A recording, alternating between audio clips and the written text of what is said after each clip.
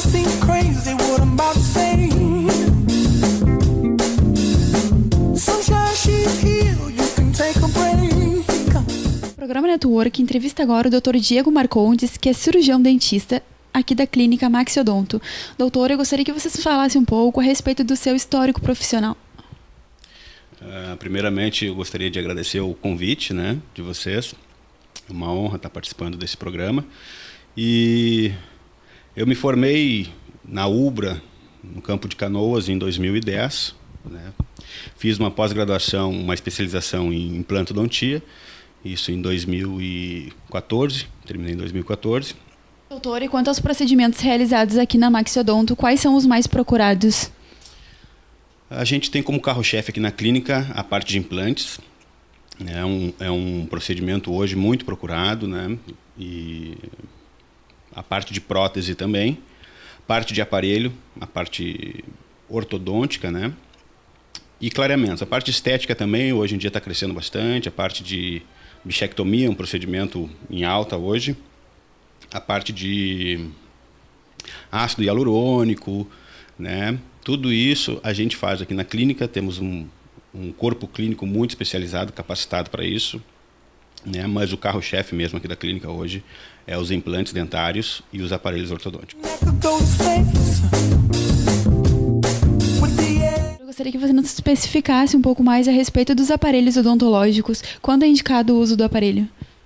Então, o aparelho ortodôntico, na verdade, ele começa com a primeira avaliação, juntamente com o especialista, né? Aqui na clínica nós temos diversos especialistas nessa área, mas o paciente ele vai para uma avaliação primeiro, e ali é diagnosticado problemas de maloclusão, apinhamento dentário, né? Posicionamento dos dentes, mordida cruzada, mordida aberta, paciente que não está satisfeito com a estética dos dentes. Obviamente, depois é solicitada uma documentação ortodôntica, onde ali vem diversos exames, né, que são comprovados e diagnosticados que o paciente tem a necessidade ou não da utilização do aparelho ortodôntico. Né. A parte de ortodontia ainda, né, existe a parte diagnosticada como a parte esquelética, digamos assim, onde a causa do mau posicionamento dentário, dos problemas dentários, são de ordem esquelética. Neste caso, o paciente precisa ele precisa sofrer uma intervenção cirúrgica para fazer a correção da parte óssea dele. Né? Então, tem pacientes que têm a mandíbula projetada para frente ou a maxila superior projetada para frente. Nesses casos, precisa fazer uma intervenção cirúrgica, né? É a chamada cirurgia ortognática. Aí, quando a causa do problema dentário é de origem mesmo dentária, aí sim o aparelho ortodôntico ele é indicado e, nesse caso, faz o tratamento de média de 2 anos mais ou menos, né? Normalmente essa é a média. E mais 1 ano de contenção, que é um aparelho móvel que o paciente que faz o tratamento ortodôntico precisa utilizar ele para finalizar o tratamento. Os principais tipos de aparelho que nós utilizamos aqui na clínica é o aparelho fixo tradicional, né? Conhecido como brackets, com a presença de um arco que seria um fio metálico, e os aparelhos móveis, que seriam para expansão de maxila. Aí dentre os aparelhos móveis existem diversos tipos de aparelhos que serão indicados conforme caso a caso. Mas o principal mesmo, ainda hoje, é o aparelho fixo, chamado de bracket. Ele é montado com brackets metálicos, e tem os que são cerâmicos, né? São estéticos também, mas são brackets, que também hoje em dia tem uma procura muito grande por questões estéticas, né? Mas o principal mesmo é o aparelho normal, tradicional, que é com a presença de brackets nos dentes. E existe uma idade específica para o uso do aparelho?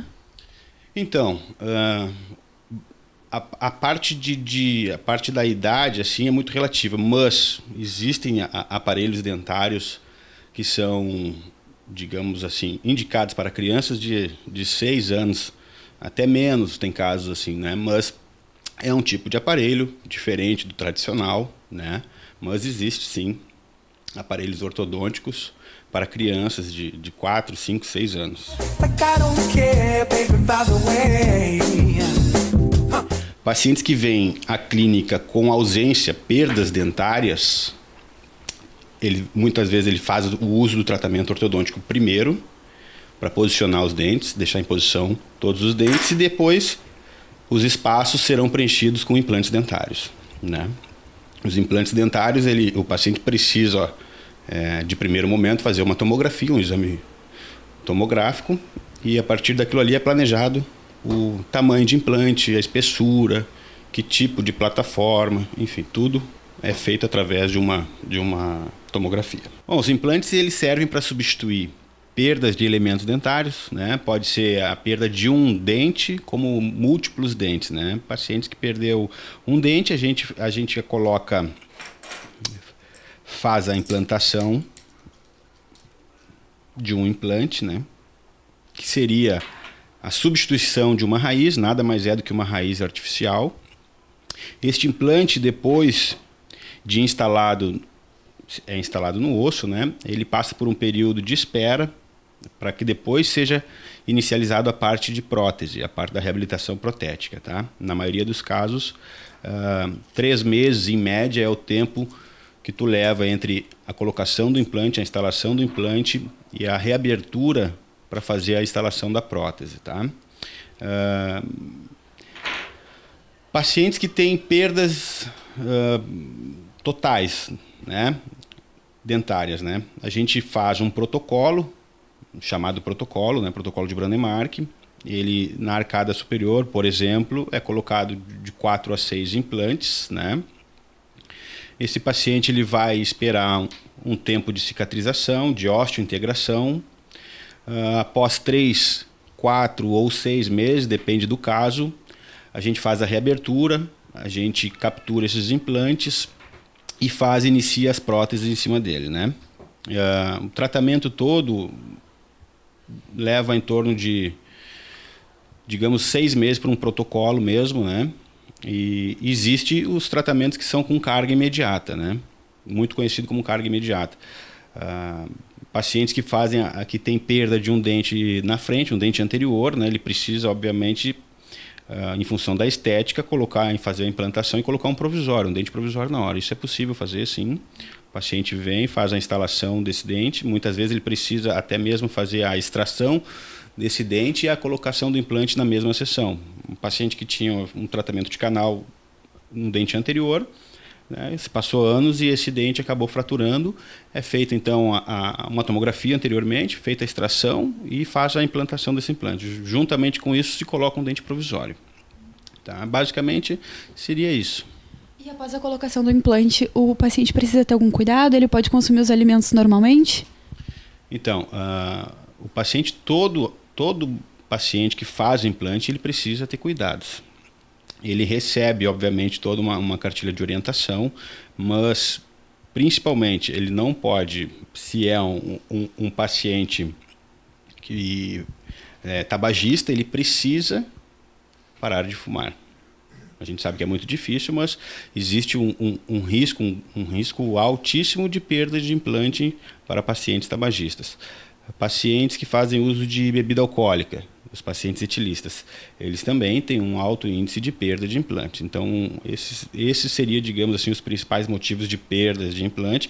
Obviamente que hoje em dia se diminuiu muito a perda de implante, é muito pequeno o índice de perda de implante, mas esses 2 fatores, eles são, digamos assim, os principais causadores de perda de implante. O paciente vai ter que cuidar um pouco da alimentação, evitar alimentos rígidos demais. De início, ele vai precisar fazer uma dieta pastosa, líquida e, de preferência, gelada ou morna, né? Nada de alimentação quente ou líquido ou alimentos sólidos, né? Esses seriam basicamente os principais cuidados que o paciente tem, além da higienização que ele precisa fazer, obviamente, né? Basicamente isso. Clap along if you feel like a room without a roof. Doutor, e quanto à questão do clareamento, eu gostaria que você nos falasse um pouco mais a respeito. Bom, sobre o clareamento, basicamente nós temos 2 tipos de clareamento, né? Um conhecido como clareamento caseiro e o outro conhecido como clareamento de consultório, né? O clareamento caseiro é o clareamento onde o paciente ele vem aqui na clínica, é feita uma moldagem, depois dessa moldagem é confeccionada uma plaquinha de silicone transparente, né? E sobre essa plaquinha o paciente vai aplicar um gel clareador, que ele vai utilizar por um determinado período, todos os dias, né, coisa de meia hora, 4 horas por dia, e ele vai usar praticamente isso durante um mês. O tratamento basicamente se encerra em um mês se o paciente fizer diariamente o uso desse gel clareador. Então, sobre o clareamento de consultório, pessoas que vão participar de formatura, quem precisa ter um resultado rápido, não tem tempo hábil para fazer o clareamento caseiro, se faz o clareamento de consultório, né? O clareamento de consultório, ele basicamente são 2 sessões feitas cada sessão delas são 3 pequenas aplicações de 15 minutos, intervalos de 15 minutos, né? Então tu tem 2 sessões, intervalo entre uma sessão e outra de 1 semana, e cada sessão dessa que o paciente vem aqui na clínica fazer, eles são aplicados de 15 em 15 minutos, ou seja, de 45 minutos é o tempo de cada sessão, né? São três aplicações em cada sessão. Esse tu tem um resultado estético, digamos que imediato, porque o paciente já percebe na primeira consulta, né? E um intervalo, basicamente, para terminar esse tratamento, seria 7 dias, né? O tempo entre a primeira e a segunda consulta, né? Quais as vantagens e desvantagens do uso de cada um desses procedimentos? A vantagem do clareamento caseiro, digamos, seria principalmente o custo, que tem um custo inferior ao clareamento a laser ou clareamento de consultório, né? Principal desvantagem dele é o tempo, que é de 1 mês. Depende muito da dedicação do paciente, se ele realmente vai fazer todos os dias aquele tratamento, se ele vai ficar o tempo necessário para que tu tenha um resultado esperado. A principal vantagem do clareamento a laser é o tempo do resultado, né? O paciente, ele vem aqui na clínica, na primeira consulta, na primeira sessão, ele já tem um resultado.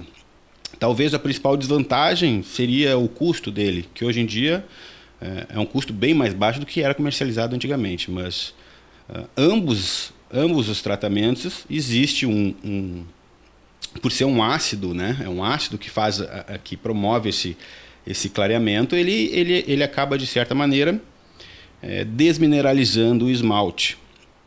Porém, esse esmalte, que digamos, seria a principal questionamento dos pacientes, né? Os pacientes sempre chegam aqui na clínica e perguntam: mas meus dentes vão ficar sensíveis?